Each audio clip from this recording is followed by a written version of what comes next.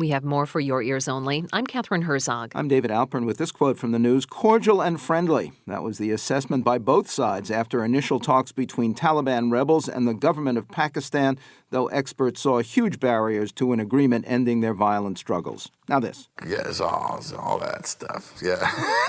Is there anything I can get my hands on? Yeah, I liked it all. Yeah. And why did you decide to stop?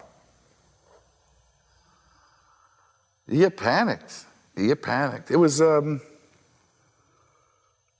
was 22 and I got panicked for my life. In an interview on the CBS show 60 Minutes, Hollywood's most remarkable recent man of many faces, Philip Seymour Hoffman, was candid about his earlier addiction problem and the panic that kept him straight for years.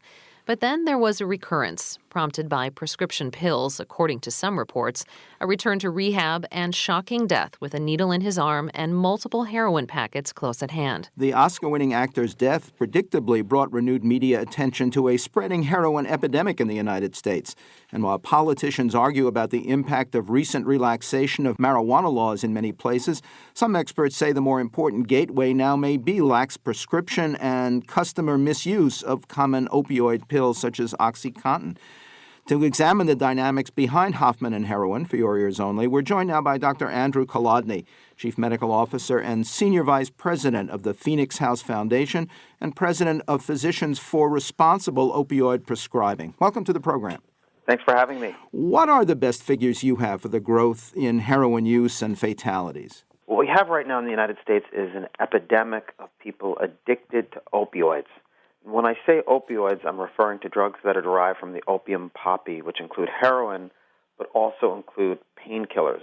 And over the past 15 years, we've had sharp increases in the number of people with the disease of opioid addiction. And because overdose deaths are an unfortunate but common outcome in people with this disease of opioid addiction, we've seen a skyrocketing in overdose death rates.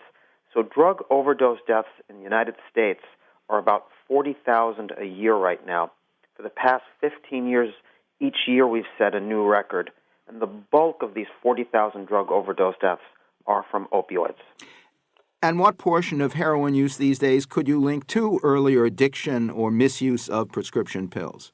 There are some pretty good reports indicating that well over 80% of the people who are coming into addiction treatment settings who are using heroin will say that their addiction to opioids began with use of painkillers.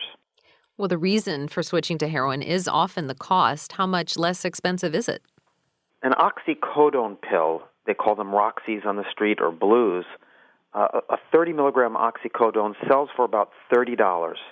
A bag of heroin, which will produce about the same effect as that one pill, sells for about $10. How much of the problem is lax prescribing by doctors in the first instance versus misuse by patients, initially accidental or on purpose? What the CDC is saying is that this epidemic has been caused by the medical community, that beginning in the late 1990s, as the medical community became much more aggressive in their prescribing of opioids, especially for conditions, common chronic conditions like low back pain, fibromyalgia, and headache. As we began to use opioids more aggressively for those conditions, we began to see parallel increases in rates of addiction and overdose death. So of the people who are opioid addicted right now, some of them develop this disease through non-medical use. You could think about a teenager finding leftover pills in a medicine chest, using them with friends, using them recreationally, and then developing the disease of addiction from using them too many times. The other group of people who have this disease right now are people who got this disease through medical use. They started off taking the pills exactly as prescribed and then developed the disease of opioid addiction. Well, some say the tightening of opioid prescription also has forced addicts towards heroin. What are some of the guidelines endorsed by Physicians for Responsible Opioid Prescribing? Mainly what we'd like to see is for physicians to prescribe opioids more cautiously, for physicians and other prescribers, including dentists, to understand the risks and benefits of opioids so that they can make the right decision for a patient. These are very good medicines when used to ease suffering at the end of life for palliative care, and they're very good when used short-term for severe acute pain.